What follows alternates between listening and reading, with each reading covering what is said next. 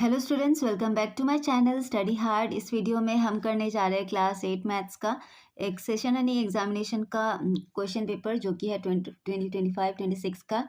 और इसको पब्लिश किया गया था गुवाहाटी रीजनल ऑफिस से। ठीक है, असम का क्वेश्चन पेपर है ये। तो फिर स्टार्ट करते हैं। यहाँ पे सेक्शन ए का कुछ सेक्शन ए में कुछ एमसीक्यू क्वेश्चंस दिए गए हैं, उनसे हम स्टार्ट करते हैं। पहला जो एमसीक्यू क्वेश्चन है, देखो, two more than a square number. तो हम लोग स्क्वायर नंबर बोला है ना, लेट द नंबर बी। हम लोग मान लो यहाँ पे सारे एस से दिए गए ना, तो let the number be S. हम इस नंबर को एस मान लेते हैं और उस एस का स्क्वायर इस तरह से हो जाएगा। और two more than a square, इससे दो ज़्यादा, तो एस स्क्वायर प्लस टू। ठीक है, तो ऑप्शन नंबर डी जो है ना वो करेक्ट आंसर होगा। नेक्स्ट देखो, which one is the incorrect identity. तो इनकरेक्ट आइडेंटिटी इनमें से कौन सा है? तो आप लोग को पता होगा A plus B whole square equals to A square plus twice A B plus B square, ये आपका सही है। ए माइनस बी, यहाँ पे ना क्वेश्चन पेपर में थोड़ा मिस्टेक था, यहाँ पे स्क्वायर होना चाहिए था। A minus B whole square equals to A square plus twice A minus twice A B plus B square, ये भी आपका आइडेंटिटी जो है ना वो सही है। फिर ये वाला देखो, ए प्लस बी का होल, बीच में प्लस का साइन दिया गया, ए माइनस बी का whole equals to A square minus B square. तो A square minus B square का जो ये होता है ना आइडेंटिटी, कुछ इस तरह से होता है। A square minus B square equals to A plus B का होल और ए माइनस बी का होल, इस तरह से होता है। इसके बीच में कोई प्लस या तो माइनस का साइन नहीं होता है। ठीक है, तो ये वाला जो है ना ऑप्शन नंबर सी जो है ना वो इनकरेक्ट आइडेंटिटी है। तो इस क्वेश्चन के हिसाब से ऑप्शन नंबर सी जो है ना वो करेक्ट आंसर होगा। और ये डी का आइडेंटिटी जो दिया ना, A plus B whole cube equals to A cube plus B cube plus 3ab का, उसका ये मल्टीप्लाई हो रहा है ए प्लस बी के साथ, ये आपका सही आइडेंटिटी है। तो ये वाला जो है ना ये गलत आइडेंटिटी दिया गया था। ठीक है, नेक्स्ट क्वेश्चन देखो, the value of X in 150:90 is proportionate to 240:x। तो x का यहाँ पे वैल्यू फाइंड आउट करना है। तो इसको आप लोग जब भी इस तरह से दिया रहेगा ना, आप ऐसे लिखना, 150:90 था ना, तो 90 नीचे आएगा इक्वल्स टू 240:x नीचे आ जाएगा। फिर इसको आप क्रॉस मल्टीप्लाई करोगे, 150 × x इक्वल्स टू 240 × 90। उसके बाद x को हमें अकेले करना है, तो x इधर रहेगा और इधर हो जाएगा आपका 240 × 90। और ये 150 x के साथ यहाँ पे इंटू हो रहा था, तो इधर आके हो जाएगा डिवाइड। ये 0 0 कैंसिल, 3 3 जा 9, 3 5 जा 15, इधर आपका 5 1 जा 5, 5 4 जा 20, 4 इधर आएगा, 5 8 जा 40, है ना। तो यानी कि हो गया x इक्वल्स टू हो गया 48 × 3, जिसका आंसर होगा 3 8 जा 24, 4 2 4 3 जा 12 13 14 144 आपका कहाँ है? ये रहा ऑप्शन नंबर सी। ठीक है, नेक्स्ट क्वेश्चन देखते हैं। If 25% of a number is 50, what is the number. तो आप वो नंबर आप ले लो, सपोज x। तो आपका इक्वेशन कुछ इस तरह से बनेगा, यानी कि 25% ऑफ x, है ना। आपका इक्वेशन ऐसे बनेगा, 25% ऑफ x इक्वल्स टू 50, है ना। तो इसको हम सॉल्व करते हैं, 25/100 इंटू एक्स इक्वल्स टू 50। तो ऊपर ऊपर इंटू हो जाएगा 25x, और ये 100 इधर को आ जाएगा 50 की तरफ, तो इंटू हो जाएगा इसके साथ, क्योंकि इधर 25 के साथ तो डिवाइड हो रहा है, तो 50 के साथ इधर इंटू हो जाएगा। x इक्वल्स टू हो जाएगा 50 × 100। 25 जो है x के साथ मल्टीप्लाई हो रहा है, तो इधर होके हो जाएगा डिवाइड। 25 1 जा 25, 25 2 जा 50, और इधर क्या हो जाएगा 2 × 100 आपका 200। तो यहाँ पे ऑप्शन नंबर सी। तो यानी कि वो नंबर जो है ना वो 200 होगा। ठीक है, नेक्स्ट क्वेश्चन देखो, question number 5। If the number of a worker increases, मान लो नंबर ऑफ वर्कर्स इंक्रीज हो रहा है, तो number of days required to complete a fix work decreases. तो एक कोई फिक्स वर्क को काम करने में नंबर ऑफ डेज डिक्रीज होगा। ऑब्वियसली जब ज़्यादा लोग काम करेंगे तो कम समय में हो जाएगा। तो इस टाइप के रिलेशनशिप को क्या कहते हैं? तो इसको इन्वर्स प्रोपोर्शन कहते हैं। जब एक क्वांटिटी इंक्रीज होता है तो दूसरा डिक्रीज होता है ना। और जब कभी कभी ऐसा केसेस मिलेंगे आपको कि एक क्वांटिटी इंक्रीज होगा तो दूसरा भी इंक्रीज होगा। ठीक है, तो मान लो एक पेन का प्राइस आपका 10 रुपया है। ठीक है, तो सब 10 रुपया है, तो यहाँ पे पेन का क्वांटिटी हम इंक्रीज कर दो, मान लो 20 पेन्स का प्राइस क्या हो जाएगा? तो ये तो इंक्रीज हो जाएगा, 10 × 20 200 हो जाएगा। तो एक क्वांटिटी इंक्रीज हो रहा है तो दूसरा भी इंक्रीज हो रहा है प्राइस। तो जब दोनों चीज़ें इंक्रीज होते हैं ना, तो उनको हम डायरेक्ट प्रोपोर्शन कहते हैं। ठीक है, जब एक क्वांटिटी इंक्रीज होगा दूसरा डिक्रीज होगा तो इनवर्स प्रोपोर्शन कहलाएगा। ठीक है, तो इस तरह से आपको करना है। नेक्स्ट क्वेश्चन देखो, the coefficient of x, x का कोफिशिएंट क्या है? इसमें 7x प्लस 3 में। तो देखो यहाँ पे 7x प्लस 3 है, तो प्लस 3 को तो छोड़ दो, 7x टर्म आपको लेना है, क्योंकि 7x x का कोफिशिएंट पूछा है, तो x किसके साथ है, 7x के साथ है। तो x के साथ यहाँ पे क्या है, इस टर्म में 7 है, तो यानी कि यहाँ पे x का कोफिशिएंट जो है ना 7 होगा। नेक्स्ट देखो, the area of a rhombus is 60 centimetre square. अच्छा, तो एक रोम्बस का जो एरिया है ना वो 60 सेंटीमीटर स्क्वायर है और उसका एक डायगोनल 10 है, तो दूसरे का फाइंड आउट करना है। इसको हम यहाँ पे सॉल्व करते हैं। तो क्या दिया हुआ था, डायगोनल जो पहले एरिया लिख लेते हैं हम।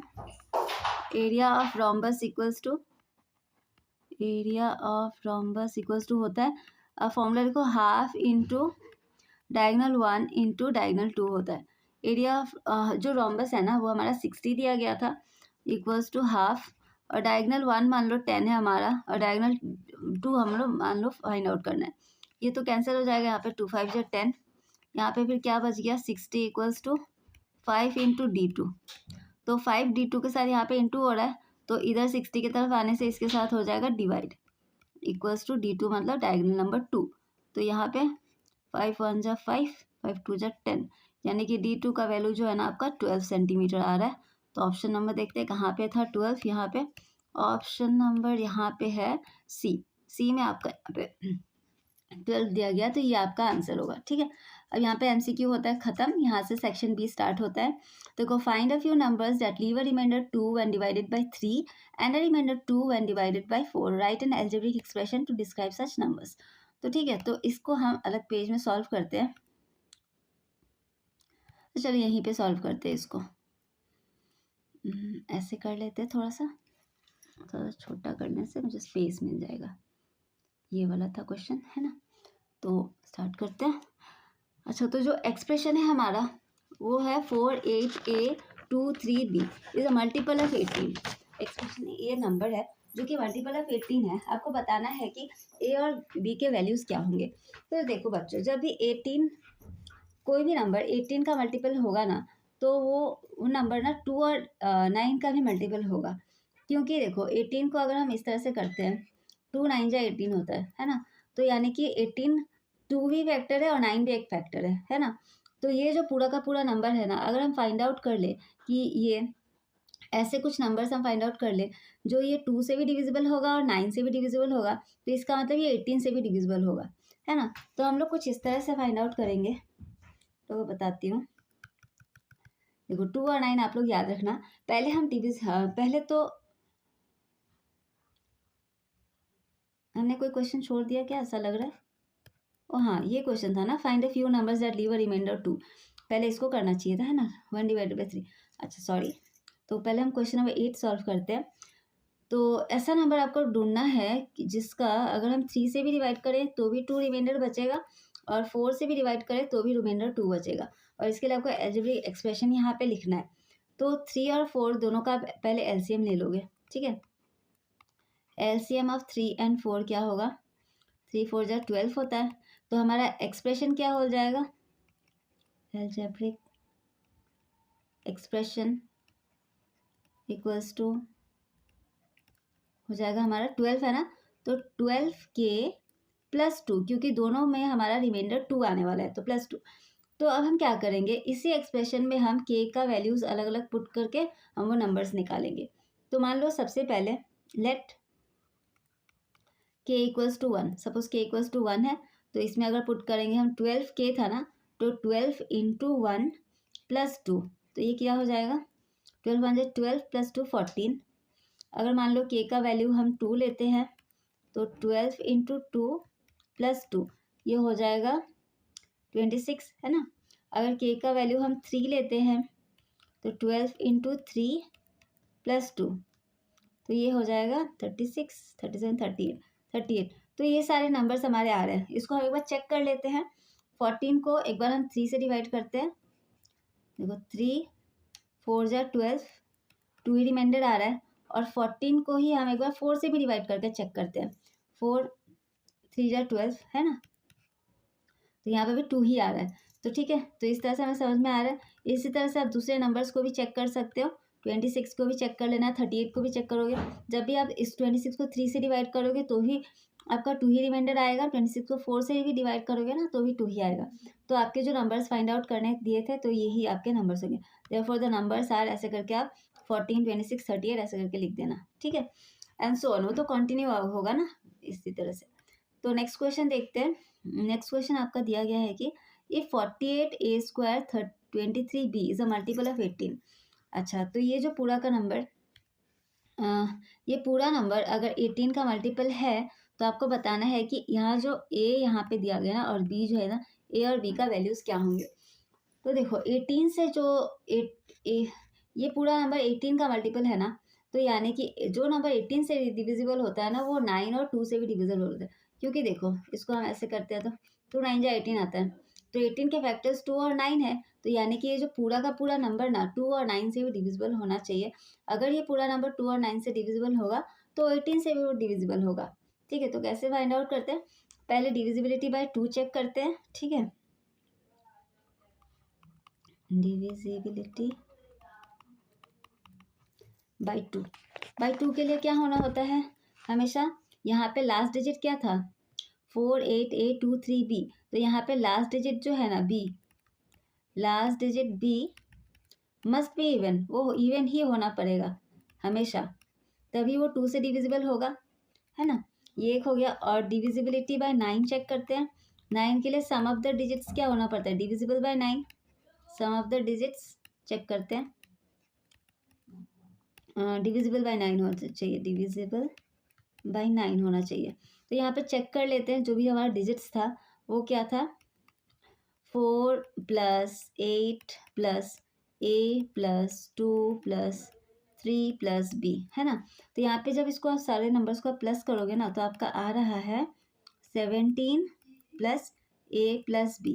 तो यहाँ b तो आप समझ लो इसको हमेशा इवन ही डालना है, क्योंकि ये लास्ट में है तो तभी तो 2 से डिविजिबल होगा। और इसको आप चेक कर सकते हो। तो देखो 17 के बाद आने वाले कुछ नंबर्स 9 के टेबल्स क्या क्या होते हैं, तो ये मैं रफ में आपको लिख के देती हूँ। 17 के बाद क्या आ सकते हैं, 18 आएगा, है ना, 27 आएगा, है कि नहीं, ये सारे नंबर्स है। फिर 36 आएगा। तो हम लोग इसको चेक करते हैं कि देखो यहाँ पे हम नंबर्स पुट करते हैं। लेट, यहाँ पे फिर से लिख लेते हैं 17 + a, एक मिनट, लेट हम इस सबसे पहले a का वैल्यू ना हम b लेके b का वैल्यू हम 0 लेके देखते हैं, है ना। 0 सबसे पहला इवन नंबर होता है, तो इसमें ही हम पुट करेंगे 17 + a + b। तो अगर यहाँ हम 17 पुट कर, यहाँ तो 17 ही है, b का वैल्यू मान लो 0 डालते हैं, तो यहाँ हम a का वैल्यू क्या ऐसा डालेंगे कि यहाँ पे 17 के बाद 18 आ जाए। वो यहाँ पे ये है ना 9 का टेबल है, तो यहाँ पे ऑब्वियसली a का वैल्यू हमें 1 डालना होगा। यानी कि हमारा एक पेयर क्या हो गया, एक पेयर हमारा हो गया जब a का वैल्यू 1 और b का वैल्यू 0, ठीक है। तो इसी तरह से दूसरा पेयर हम चेक करते हैं। मान लो इस बार b का वैल्यू सपोज 2 ले लेते हैं, ठीक है। तो यहाँ पे हमारा इक्वेशन क्या था 17 + a + b, है ना। तो यहाँ पे 17 के बदले 17 लिखेंगे, a का हमें फिलहाल नहीं पता। 18 के बाद कौन सा टेबल आता है 27, यहाँ लिख देते हैं। b का वैल्यू यहाँ 2, तो यहाँ पे हम क्या ऐसा नंबर डालेंगे कि उसके बाद उसका ऐड होके 27 हो जाए। 17 18 19, 17 और 2 को प्लस कर 19 आ रहा है। 19 में जब हम 8 प्लस करेंगे ना तो हमारा 27 आएगा। तो यहाँ पे यानी कि ए का वैल्यू जो है ना 8 होना पड़ेगा। तो और एक पेयर हमारा मिल गया। तो b का वैल्यू अगर 2 लेते हैं ना तो ए जो है हमारा 8 होगा। तो इसका हम उल्टा भी लिख सकते हैं, क्योंकि 8 भी तो इवन ही है। अगर हम a का वैल्यू 2 लेंगे तो हम b का वैल्यू 8 ले सकते हैं। तो इस तरह से आपको पेयर्स बनाते जाने हैं। 27 हो गया ना, उसके बाद आप इस तरह से लिखना 17 + a + b = इस बार 17 + b का वैल्यू आप 2 3 4 ले लेना, 4 लेना है यहाँ पे। और यहाँ पे 27 के बाद क्या होगा 36 आना चाहिए। 9 4 जा 36, 17 18 19 20 21 21 आ गया। 21 के बाद 36 आने के लिए क्या करेंगे 21 22 23 24 25 26 27 28 29 30 31 32, ये पॉसिबल नहीं होगा, हमें कुछ और नंबर लेना पड़ेगा, ठीक है। तो इस तरह से आप एक एक नंबर ट्राई करके देखना। तो ये मगर पॉसिबल नहीं होगा, आप b का वैल्यू ना 4 लेके मत देखना, ठीक है, तो आप ये सब लिख देना और दूसरे नंबर से आप ट्राई करना। नेक्स्ट देखते हैं इसी तरह से नेक्स्ट क्वेश्चन हमारा। तो इस तरह से ये आपका सॉल्व होता है। इस तरह जो पेयर्स है ना, पेयर्स को आप अलग से लिख देना नीचे। सम ऑफ द पेयर्स ऐसे लिखना, possible pairs for values for A and B are, इस तरह से आप लिख देना इन सबको।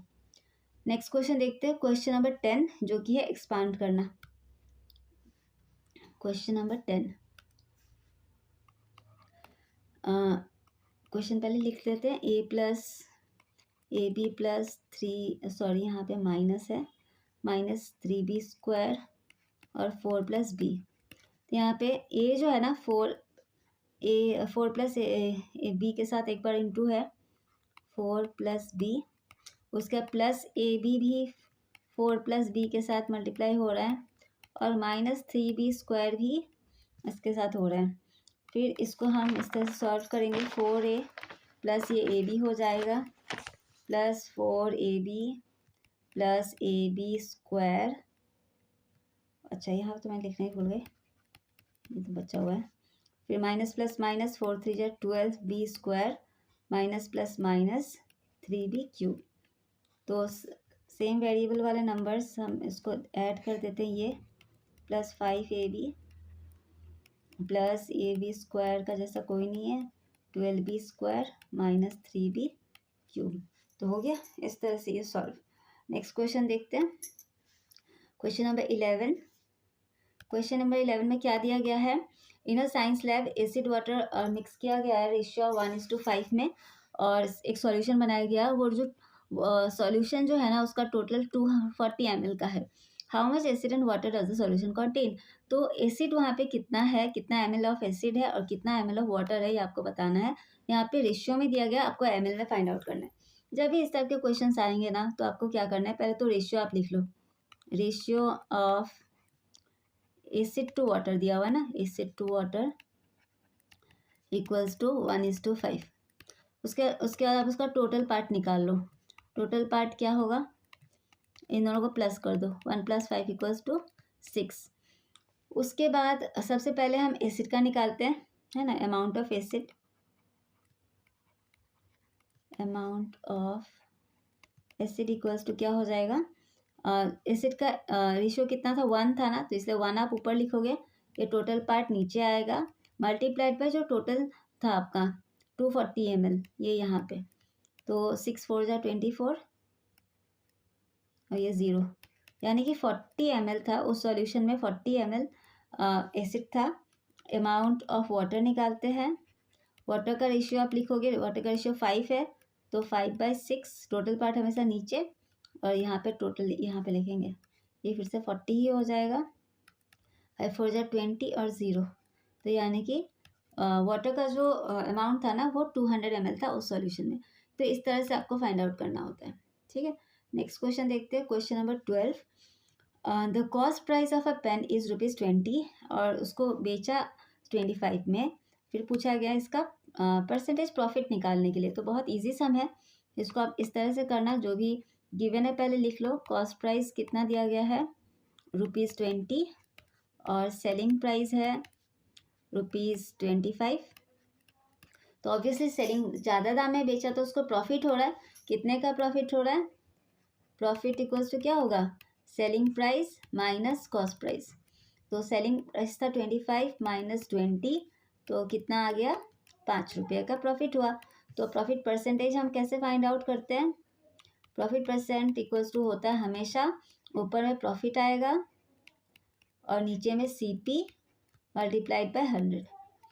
तो प्रॉफिट कितना था, यहाँ पे ₹5 का प्रॉफिट था और CP कितना था, 20 था ना, यहाँ लिखेंगे हम 20 मल्टीप्लाइड बाय 100। ये 0 0 कैंसिल, 2 5 जा 10 और ये 5 5 इंटू हो जाएगा, 5 5 जा 25%, ठीक है। तो इस तरह से ये सॉल्व होता है। नेक्स्ट क्वेश्चन देखते हैं, क्वेश्चन नंबर 13। देखो, Puneet's father went from Lucknow to Kanpur in 3 hours by riding his motorcycle at a speed of 30 km/h। तो पुनीत के जो फादर है ना वो लखनऊ से कानपुर तक ट्रेवल किया उन्होंने अपने मोटरसाइकिल से, उनको टाइम लगा 3 hours और स्पीड था 30 km/h का। अगर वो कार का यूज़ करते हैं, है ना, तो और स्पीड उनका तब बढ़ जाता ऑब्वियसली 60 किलोमीटर पर आवर, तो उनको कितना समय लगता, ठीक है। डिस्टेंस वही है, लखनऊ टू कानपुर ही है। तो पहले वाले केस में हम पहले डिस्टेंस फाइंड आउट कर लेते हैं, है ना। तो पहले आप लिखोगे बाय मोटरसाइकिल, डिस्टेंस कितना होगा फिर देखो, जो भी गिवन है आप लोग लिख ले सकते हो। पहले गिवन क्या हुआ है यहाँ पे, टाइम है, टाइम 3 आवर्स है, और स्पीड दिया गया है, स्पीड है आपका 30 किलोमीटर पर आवर, ठीक है। तो हम डिस्टेंस पहले फाइंड आउट कर लेते हैं। डिस्टेंस इक्वल्स टू होता है स्पीड इंटू टाइम,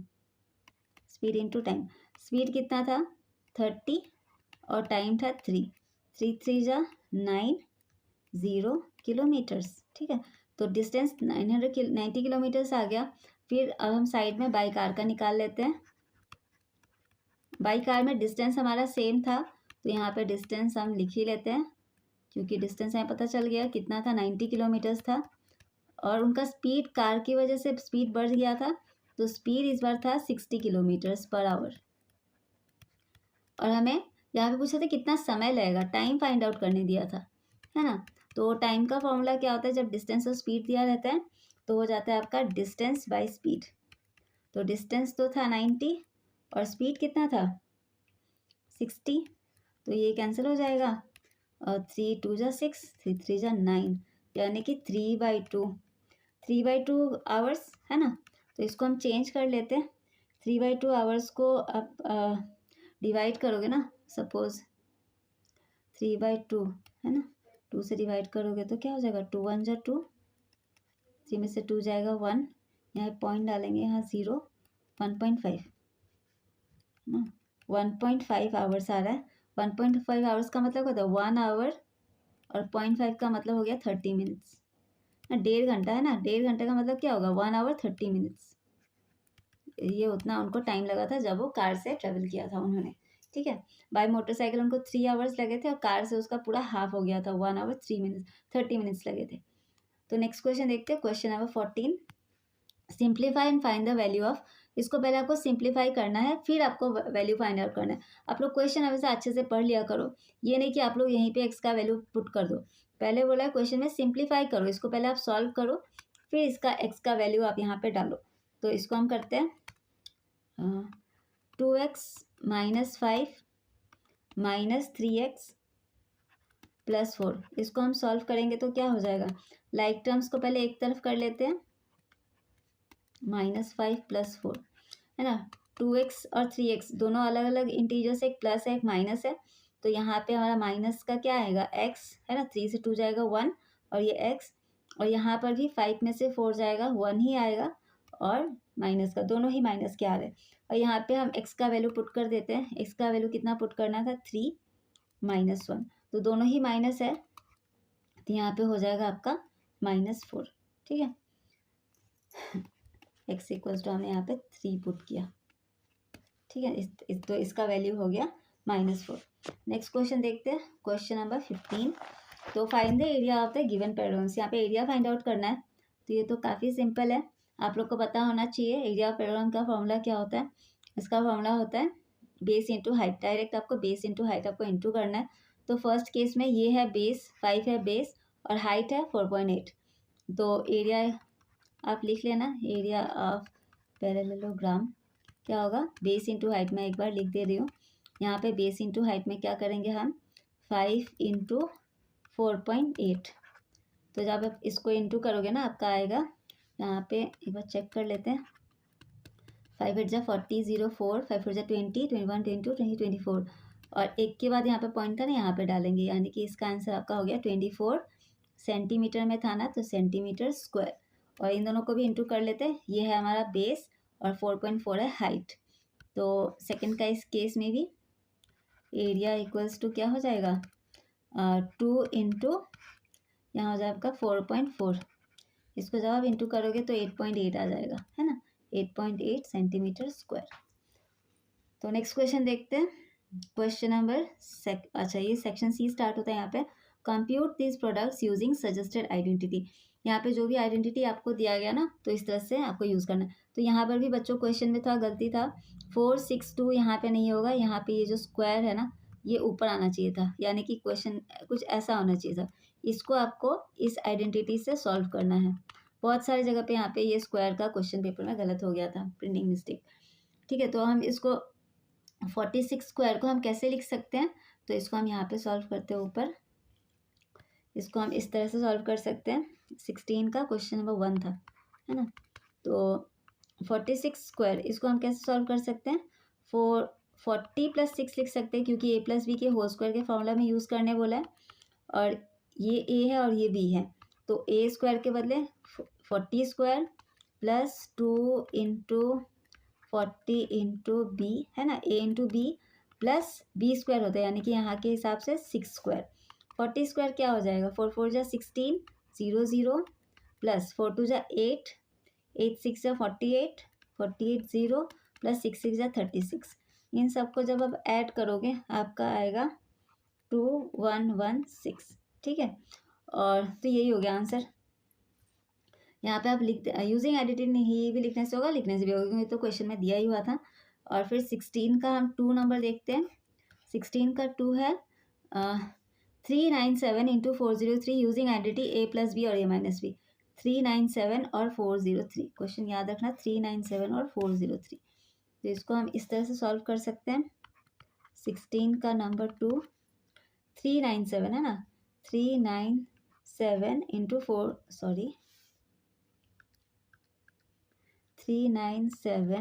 × 403। तो इसको हमें सॉल्व करने बोला गया था a + b और a - b के फॉर्मूले में। ठीक है, तो 397 को हम क्या लिख सकते हैं, 400 - 3 लिख सकते हैं, है ना। और 403 को हम क्या लिख सकते हैं, 400 + 3 लिख सकते हैं। अब देखो आप लोग, तो ये देखो a + b, यहाँ पे अगर 400 को a मानो b मानो तो a + b यहाँ आ रहा है, a - b यहाँ पे 400 को a मान ले और इसको b मान ले तो a - b आ रहा है, तो यानी कि ये सही है हमारा। ठीक है, तो इस तरह से हम इसको पुट कर सकते हैं। अब पूरा ही रब हो गया, मैं एक बार फिर से लिख लेती हूँ, सॉरी। 397 था ना, 397 × 403। तो 397 को हमने कैसे लिखा था, 400 - 3, और इसको लिखा था 400 + 3। ये तो आप लोग को समझ में आ गया होगा। तो ये इसका जो आइडेंटिटी होता है क्या होता है, a² - b² = होता है a + b और a - b। तो ये तो इस फॉर्म में यहाँ लिखा हुआ है, तो इस फॉर्म में अभी हम लिखना है, अभी हमें इसको लिखना है। तो a² - b², यहाँ पे 400 था तो 400 का स्क्वायर माइनस b², यहाँ पे 3 था तो 3 का स्क्वायर। 400 का स्क्वायर क्या हो जाएगा, 4 4 = 16, और कितने जीरोज आएंगे, 1 2 और 1 2। ठीक है, और यहाँ पे 3 3 = 9, इसको जब आप माइनस करोगे 1 6 1 2 3 4, इससे 9 माइनस करोगे तो 10 में से 9 जाएगा 1, इधर आपका 9 हो जाएगा, इधर फिर से 9, इधर फिर से 9, इधर से 1 कैरी होता 5 और ये 1, यानी कि 1 5 9 9 9 1 आपका ये आंसर है। ठीक है, नेक्स्ट क्वेश्चन देखते हैं। क्वेश्चन नंबर हमने 16 किया, नेक्स्ट क्वेश्चन है आपका 17।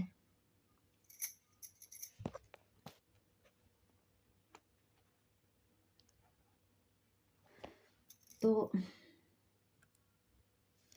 What is the algebraic expression describing the following steps at any 2 numbers. तो एल्जेब्रिक एक्सप्रेशन क्या होगा बता रहा है, अगर हम कोई 2 नंबर्स को ऐड कर रहे हैं, देखो क्या बता रहे हैं, 2 नंबर्स को ऐड कर रहे हैं। सपोज हम नंबर्स आगे दूसरे पेज में करेंगे, तो 2 नंबर्स को ऐड करना है, फिर उसी नंबर को फिर हमें मल्टीप्लाई करना है this by half of the sum of the 2 numbers. उन दोनों का सम का हाफ के साथ फिर से हमें इसको इंटू करना है। Prove that this result will be half of the square. तो सपोज हम यहीं पे इसको लिखते हैं, suppose let the 2 numbers be a and b। ठीक है, यहीं पे आप लोग को दिखाती हूँ, let the 2 numbers be a and b। Suppose a और b हमने लिया नंबर, और इन दोनों का आफ्टर एडिंग, अच्छा यहाँ पे ठीक पॉसिबल नहीं हो रहा है, मैं आपको दूसरा जगह ही दिखाती हूँ। ठीक है,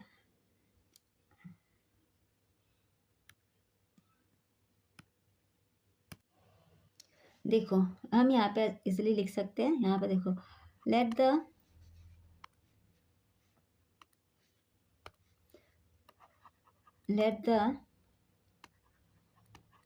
the two numbers be A and B, है ना। मान लो वो दो नंबर्स ए एंड बी है, हमें बोला गया था इनको पहले ऐड करो, ठीक है। तो पहले इनको ऐड कर लेते हैं। आफ्टर एडिंग द नंबर्स हमें क्या मिलेंगे, ए और बी को ऐड करेंगे तो ए प्लस बी। फिर बोला गया था कि इसको ही हमें फिर से मल्टीप्लाई करना है, इसको मल्टीप्लाई करना है किससे, इनके सम को अगर हम हाफ से इनको सम को डिवाइड करेंगे 2 से, उससे इसको मल्टीप्लाई करना है फिर से, ठीक है। तो इस तरह यानी कि क्या, ए प्लस बी को हमें मल्टीप्लाई करना है इनके ही सम को अगर हम 2 से डिवाइड करें तो, ठीक है।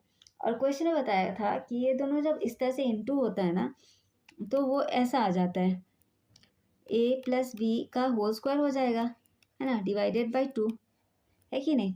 तो ये क्या है, ये जो हमारा आंसर इधर आ रहा है ये क्या है, it is the half of the square of the number, है कि नहीं। तो बोला था कि अगर हम इन दोनों को इंटू करेंगे ना, तो हमारा जो आंसर है ना वो आएगा उस नंबर का स्क्वायर का हाफ के बराबर होगा।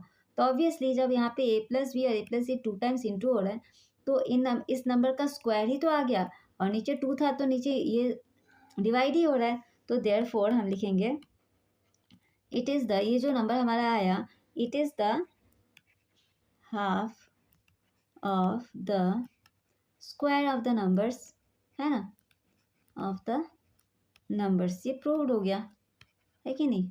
यहाँ पे हमें प्रूव करने बोला था, सो इट इज़ प्रूव्ड, यहाँ पे ये प्रूव हो रहा है, ठीक है। तो नेक्स्ट क्वेश्चन देखते हैं। तो बच्चों हम लोग इसको कुछ इस तरह से करेंगे, देखो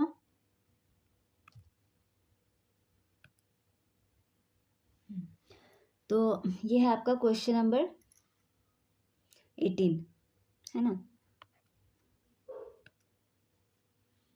क्वेश्चन नंबर 18। तो देखो, तो रेशियो क्या दिया गया कॉपर और निकल का, वो पहले आप लोग को लिख लेना होगा। रेशियो ऑफ कॉपर एंड निकल दिया गया था 3:1। इसका भी आप टोटल पार्ट निकाल लो। टोटल पार्ट क्या हो जाएगा, 3 + 1 = 4, ठीक है। और मास ऑफ कॉइन कितना दिया गया था, एक मिनट, मास ऑफ कॉइन कितना दिया गया था, मास ऑफ कॉइन था आपका 7.74 ग्राम्स, ठीक है। तो कॉपर का मास कितना होगा, हम एक एक करके निकालेंगे।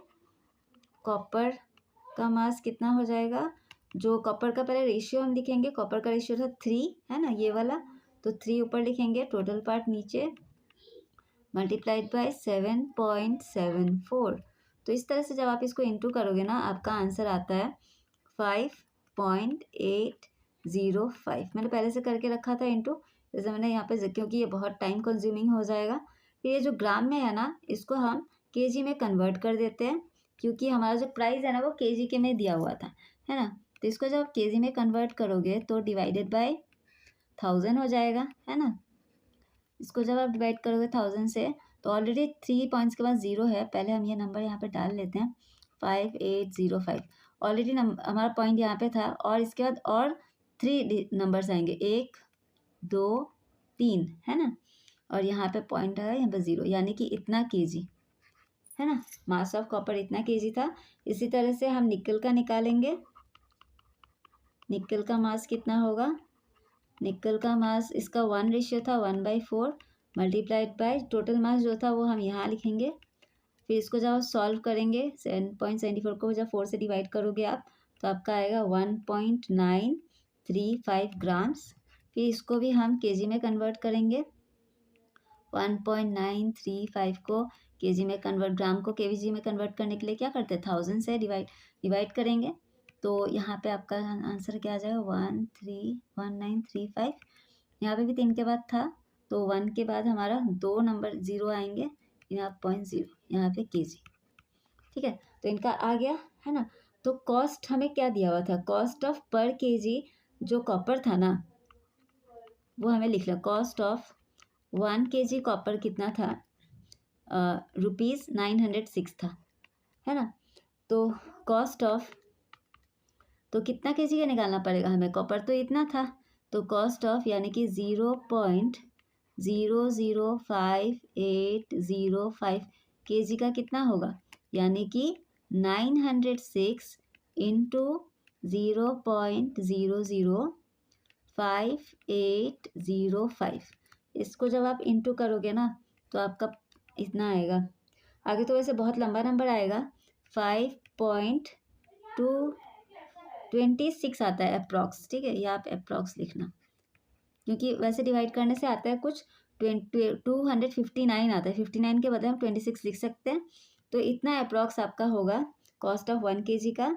और फिर कॉस्ट ऑफ 1 kg, यहाँ पे कॉपर लिखना भूल गए मैं, तो कॉपर का था ना। और कॉस्ट ऑफ 1 kg निकल का प्राइस यहाँ पे लिखेंगे। निकल का प्राइस कितना था, निकल का प्राइस था आपका 1341। तो कॉस्ट ऑफ कितना का निकल का पता करें, निकल का ये था 0.00135। इतने निकल का क्या हो जाएगा, फिर इसको हम इंटू करेंगे 1341 इंटू इसके साथ 0.00135 के साथ। जब आप इसको इंटू करोगे ना तो आपका आएगा ₹2.59, 2.59, ठीक है, ये भी है अप्रॉक्स, ठीक है। तो फिर लास्ट में तो पूछा था ना कि इन दोनों का टोटल ₹10 में फिर कितना होगा, ₹10 में फिर इन दोनों का जो कॉपर और निकल का फिर कॉस्ट कितना होगा। तो टोटल कॉस्ट हम लिख देंगे, टोटल कॉस्ट इन ₹10 कितना हो जाएगा, इन दोनों का प्लस कर देंगे 5.26 को और 2.59 को, 5.26 प्लस 2.59, ये आपका आ जाएगा 7.85, ठीक है। तो यह आंसर होगा इसका। आप लोग इसको अच्छे से एक बार में, अगर थोड़ा सा लंबा आंसर है, अगर एक बार में आपको नहीं समझ में आएगा तो आप लोग बार बार रिपीट करके देखना, आपको ज़रूर समझ में आ जाएगा, ठीक है। फिर नेक्स्ट क्वेश्चन देखते हैं। तो देखो नेक्स्ट क्वेश्चन में बोला गया है कि a small farmer in Himachal Pradesh sells each 200 gram packet of tea. वो बेचता है कितने में, हिमाचल में बेचता है 200 ग्राम ऑफ पैकेट बेचता है वो 200 रुपये में, ठीक है। और मेघालय में 1 kg पैकेट को बेचा जाता है 800 रुपीज़ में। तो इसका क्या पूछ रहा है, are the weight to price, weight to price, पहले वेट है फिर प्राइस है, वेट टू प्राइस रेशियो क्या दोनों का प्रोपोर्शनल है। पहले हम इसको चेक कर लेते हैं। इन हिमाचल आप लोग ऐसे लिखना, इन हिमाचल में क्या होगा, रेशियो क्या हो जाएगा 200, वेट टू प्राइस बोला 200 बाई कितना था, प्राइस भी 200 ही था, तो इसका रेशियो कैंसिल होके भी कैंसिल, 2 1 2, यानी कि इसका रेशियो क्या होगा 1:1। और इन मेघालय का देख लेते हैं, इन मेघालय का क्या होगा 1 kg, तो kg के बदले हमें 1000 लिखना पड़ेगा, क्योंकि kg में था पहले वाला जो ये ग्राम में था, तो इसको भी ग्राम में हमने लिख लिया। और इधर 800 है नीचे, है ना 800, तो ये 0 0 0 0 कैंसिल हो जाएगा। उसके इधर क्या बचेगा, 2 4 जा 8, 2 5 जा 10, 5:4। तो दोनों का रेशियो देखो बच्चों, देखो अलग आ रहा है, दोनों प्रोपोर्शन नहीं है। 1:1 ऊपर वाले का हिमाचल का 1:1 आ रहा है और इसका 5:4 आ रहा है। तो इसका आंसर पहले वाले का यही आंसर होगा, are the ratio, no the weight to price ratio in both the places are not proportional नहीं है। तो which tea is more expensive, तो कौन सा एक्सपेंसिव है वो कैसे आप पता लगाओगे। तो देखो प्राइस ऑफ हिमाचल का पहले पता करते हैं। पहले आप इस तरह से लिखना, यहाँ से लिखते हैं, प्राइस ऑफ 200 ग्राम टी का हिमाचल में, इन हिमाचल शॉर्ट में लिख दे रहे हो, इन हिमाचल कितना है, ₹200 ही है। तो 1 ग्राम का कितना होगा, प्राइस ऑफ 1 ग्राम का कितना होगा 200 बाई 200, तो ये कैंसिल होके 1 आ रहा है, यानी कि प्राइस है वहाँ पे है 1 ग्राम है, 1 रुपीज़, 1 ऐसे लिखना पड़ेगा, ₹1 पर ग्राम है, 1 ग्राम में 1 रुपया करके पड़ता है, ठीक है। ये हिमाचल का है। और हम यहाँ का देख लेते हैं, प्राइस ऑफ टी इन कहाँ पे, इन मेघालय, कितने का, 1 kg का, मैंने 1000 ग्राम का कितना है, 800 रुपीज़। तो 1 ग्राम का कितना हो जाएगा, 800/1000, है ना। तो ये जब आप कैंसिलेशन करोगे तो ये 2 ज़ीरोस तो कैंसिल हो जाएंगे। 8/10, 8/10 को हम कैसे लिख सकते हैं, 0.8 पर ग्राम। तो हिमाचल का कितना था, ₹1 पर ग्राम, 1 ग्राम का 1 रुपया था, और ये मेघालय का 1 ग्राम का 0.8 है। तो क्वेश्चन में क्या पूछा था, कौन सा ज़्यादा एक्सपेंसिव है, तो हिमाचल वाला, क्योंकि उसका 1 ग्राम का प्राइस का 1 रुपया है और मेघालय का है 0.8 रुपीज़। तो हिमाचल वाला ज़्यादा एक्सपेंसिव है, ठीक है। तो इस तरह से आप पता लगा सकते हो। नेक्स्ट क्वेश्चन देखते हैं, the ratio of sugar to flour in a cake mixture. तो केक का एक मिक्सचर है जिसमें रेशियो जो है ना 3:5 है, ठीक है। और what is the percentage of the mixture in sugar. तो शुगर का परसेंटेज कितना है उस मिक्सचर में, और बता रहे कि इफ़ द टोटल मिक्सचर, अगर वे आपका टोटल जो मिक्सचर का वे है ना वो आपका कितना है, यहाँ पे दिया हुआ, अगर इतना 400 ग्राम है तो कितना शुगर यूज़ किया जाएगा।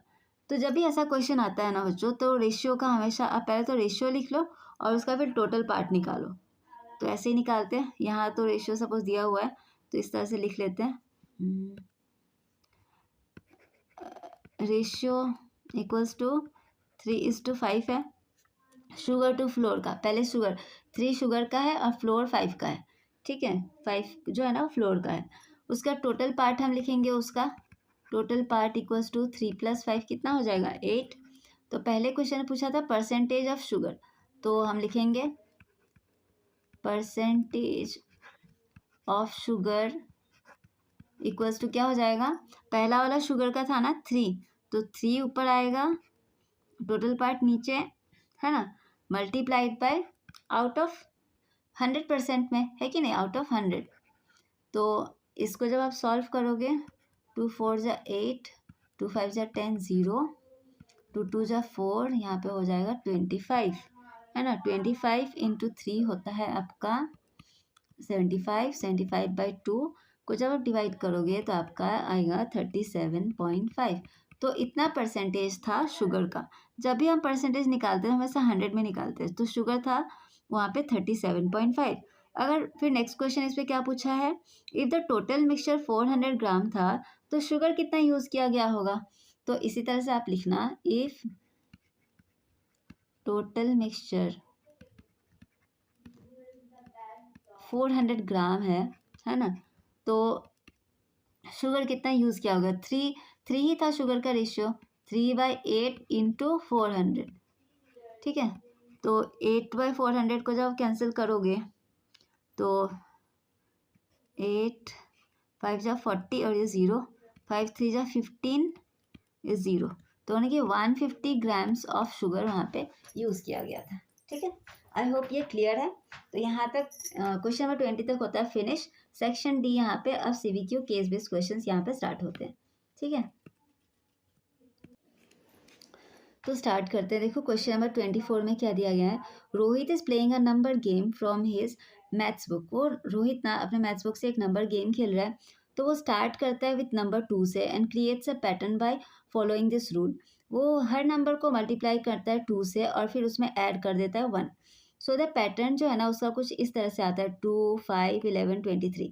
तो based on this information answer the following question. ये जो भी इन्फॉर्मेशन हमें दिया गया ना उसके बेसिस पे आपको ये सारे जो क्वेश्चन के आंसर्स हैं ना आपको बताने। तो पहला क्वेश्चन जो है, right the next 2 numbers in the following pattern. तो पहले आपको जानना पड़ेगा कि किस तरह से ये नंबर्स आ रहे हैं। तो देखो हम लोग यहाँ पे करते हैं, पहला नंबर तो उसका 2 था, है ना, और उसके बाद उसका नंबर क्या आ रहा था, 5। ये जो 2 है ना, 2 को ही आप 2 से इंटू करोगे और +1 करोगे तो आपका 5 आएगा। देखो 2 2 = 4 +1 5। फिर इस 5 को यहाँ लिखेंगे, 5 को 2 से इंटू करोगे +1, 5 2 = 10 +1 = 11। आप देख रहे हो ना किस तरह से उसका नंबर्स आ रहे थे। फिर ये 11 इधर आएगा, 11 × 2 +1, 11 2 = 22 +1 कितना हो जाएगा 23।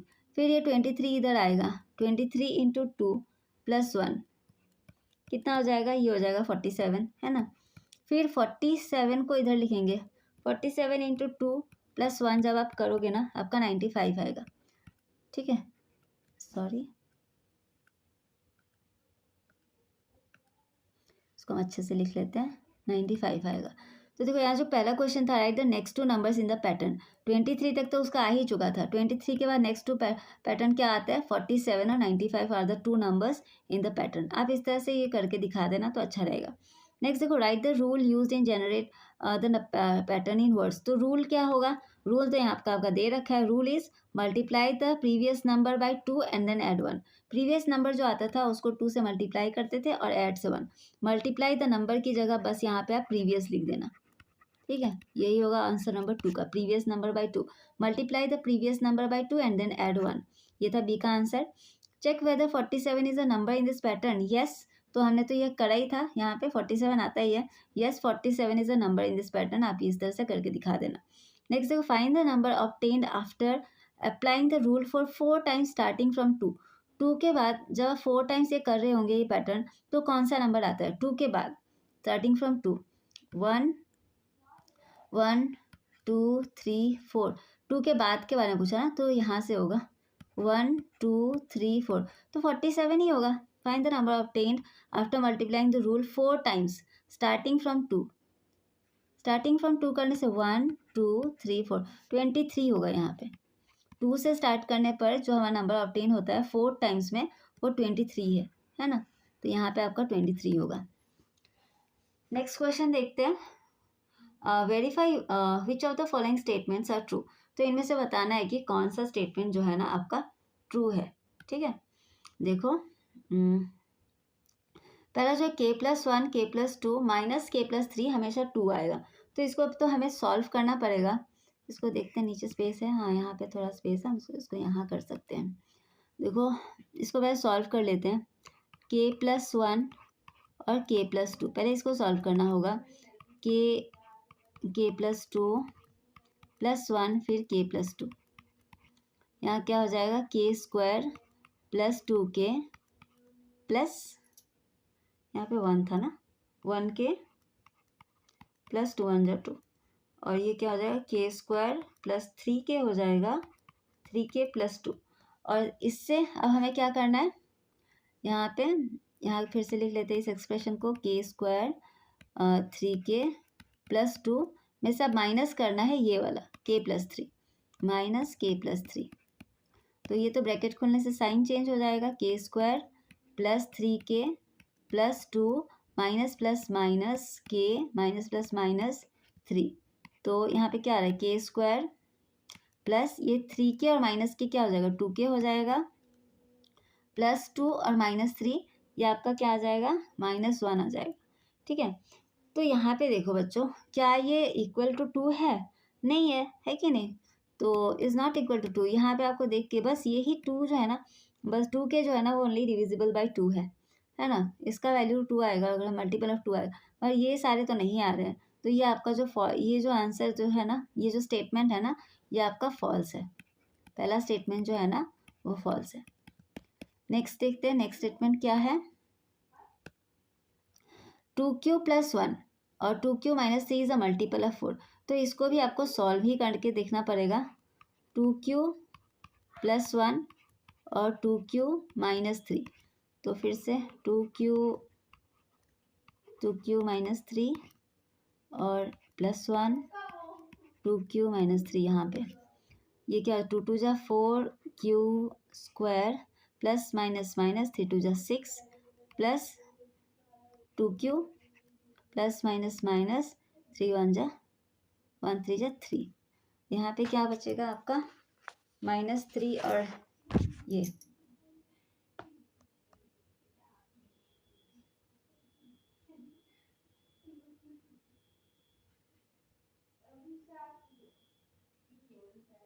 यहाँ पे q होना चाहिए था ना, यहाँ पे q देना भूल गई थी। 4q² और -6q और 2q क्या हो जाएगा, -4q हो जाएगा, -3। तो देखो ये भी ना 4 से डिविजिबल नहीं होगा, ये दोनों तो हो जाएंगे मगर -3 नहीं होगा, है ना। देयरफॉर ये भी जो आपका जो स्टेटमेंट है ना, ये भी आपको ये फॉल्स है। आप लिख देना, इतना तो डिविजिबल है बट -3 जो है ना वो 3 से डिविजिबल नहीं होगा, इसका हम कॉमन नहीं ले सकते यहाँ पे। है ना। तो ये दोनों तो मल्टीपल ऑफ 4 है, मगर ये नहीं है, -3 जो है ना वो नहीं है, इसलिए ये स्टेटमेंट ऊपर वाला भी फॉल्स था और ये वाला भी फॉल्स है। नेक्स्ट देखो, squares of even numbers are multiples of 4 and squares of odd numbers are 1 more than multiples of 8। अच्छा, स्क्वायर्स ऑफ इवन नंबर्स क्या होता है? इवन नंबर हम हमेशा क्या लेते हैं? अगर एक्सप्रेशन में लिखे तो इवन नंबर जो होता है वो क्या लेते हैं? वो 2n होता है कि नहीं?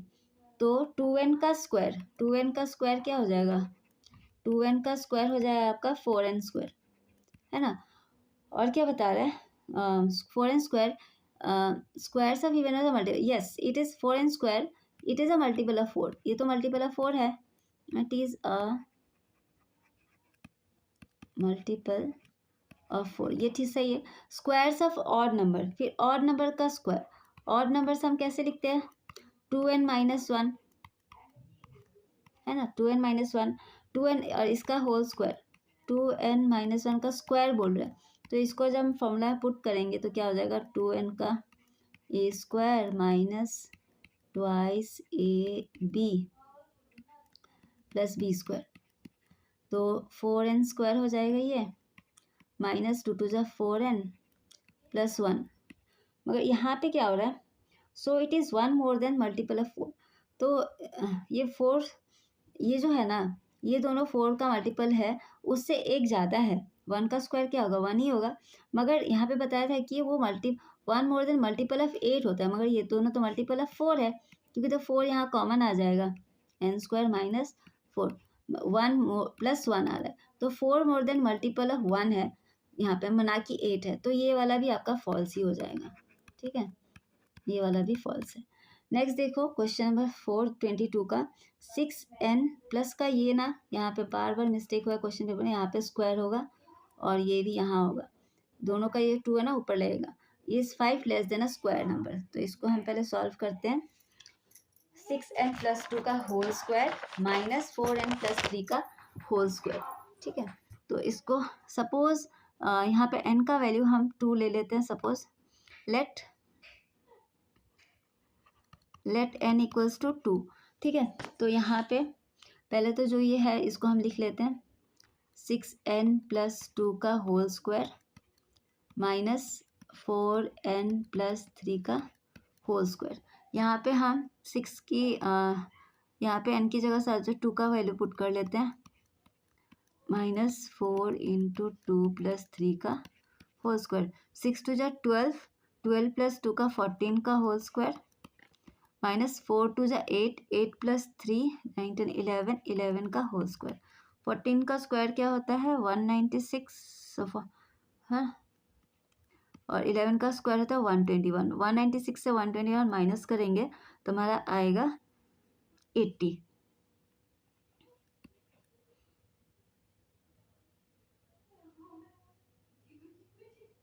सॉरी 80 कहाँ से आएगा?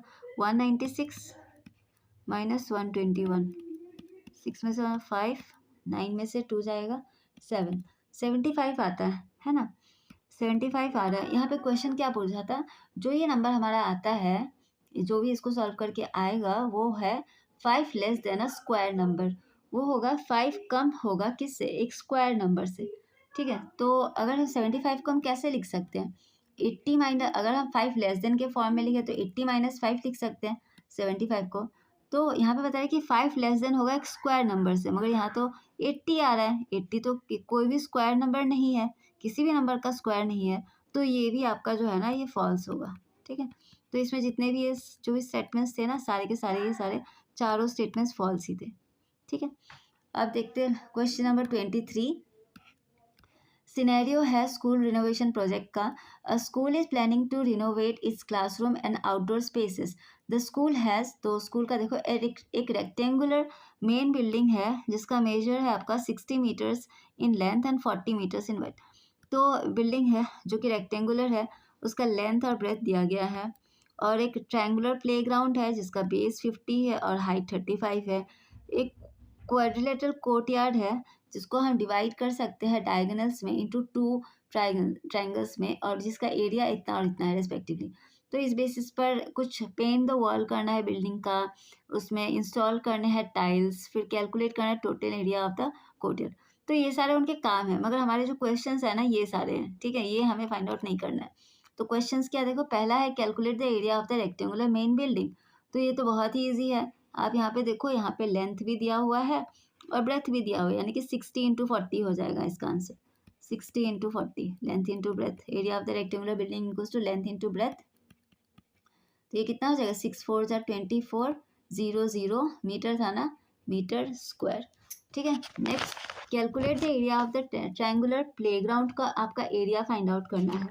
ट्रायंगुलर प्लेग्राउंड का एरिया कैसे फाइंड आउट करोगे, पहले तो आपको half into base into height करके पहले इसका ये फाइंड आउट कर लेना पड़ेगा। यहाँ पे बेस है 50 और हाइट ये है, तो एरिया आप ऐसे लिखना, area of triangular playground equals to half into base into height. Half into base कितना है, 50 है, और हाइट हमारा है 35, तो 2 ये तो 25 हो जाएगा। 25 इंटू 35 होता है 875 meter square.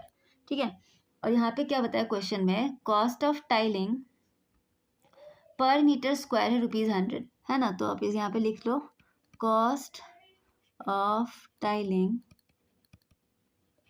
1 metre square equals to है ₹100। तो हमें कितने का पता करना है, 875 का। Cost of tiling 875 meter square equals to 100 into 875, तो ये हमारा आ जाएगा 87500 रुपीज़। ठीक है, और लास्ट क्वेश्चन इसमें, the courtyard is divided by a diagonal into 2 triangular sections, what is the total area of the courtyard. तो यहाँ पे बता ही दिया था कि इतना कोर्टयार्ड को 2 डायगोनल उसमें बात एक डिवाइड कर सकते, 2 डायगोनल इंटू 2 ट्रायंगल्स में, और एक का एरिया इतना और एक का एरिया, बस इसको टोटल फाइंड आउट करना है। तो इन दोनों का प्लस कर दो, total area of the courtyard equals to हो जाएगा 180 प्लस 220, ये प्लस करोगे तो आपका आ जाएगा 400 मीटर स्क्वायर। यही है total area of the courtyard. ठीक है, तो इस तरह से ये CBQ बहुत ही इजी था, आप लोग अच्छे से प्रैक्टिस करना, आपके एग्जाम्स में भी आ सकते हैं, बहुत ही इंपॉर्टेंट क्वेश्चन है। ठीक है, फिर ये सेक्शन ई में देखो, for each statement below determine the whether it is always true, sometimes true और नेवर ट्रू। अच्छा, explain your answer, mention examples देना है, नॉन एग्जांपल्स एज अप्रोप्रिएट, आपको एग्जांपल्स भी दे देना है, जरूरत पड़ने पर justify your claim using algebra भी आप यूज़ कर सकते हो। ठीक है, तो फिर स्टार्ट करते हैं। पहला क्वेश्चन जो है ना वो दिया, the sum of 2 even number ना इज मल्टीपल ऑफ 3। दो मान लो, the sum of 2 even numbers हमारा मल्टीपल ऑफ 3 होगा। सपोज हम दो इवन नंबर्स 2A और 2B, ये दोनों क्या है, इवन नंबर्स है, इसको अगर हम कॉमन ले 2A + B हो जाएगा। तो ये हमेशा ये जो है ना हमेशा इवन ही होगा, मगर मल्टीपल ऑफ 3 तो नहीं है ना, not multiple of 3, not multiple of 3। Examples के लिए आप कुछ ऐसा दिखा सकते हो, जैसे कि 2 + 4 6 होता है ना, वो तो 3 से मल्टीपल होगा, मगर 2 + 6 जब आप करोगे ना 8 है, वो तो 3 का मल्टीपल नहीं है ना, नॉट मल्टीपल ऑफ 3। तो इसका आंसर क्या होगा, समटाइम्स ट्रू होगा। ठीक है, तो ये वाला जो आंसर है ना, ये आप लिखोगे समटाइम्स ट्रू, कभी कभी होता है कभी कभी नहीं होता, समटाइम्स ट्रू। ठीक है, नेक्स्ट देखो, if a number is not divisible bye 18, एक नंबर मान लो 18 से डिविजिबल नहीं है, then it is also not divisible by 9। ठीक है, इसका मतलब क्या है, अगर कोई नंबर 18 से डिविजिबल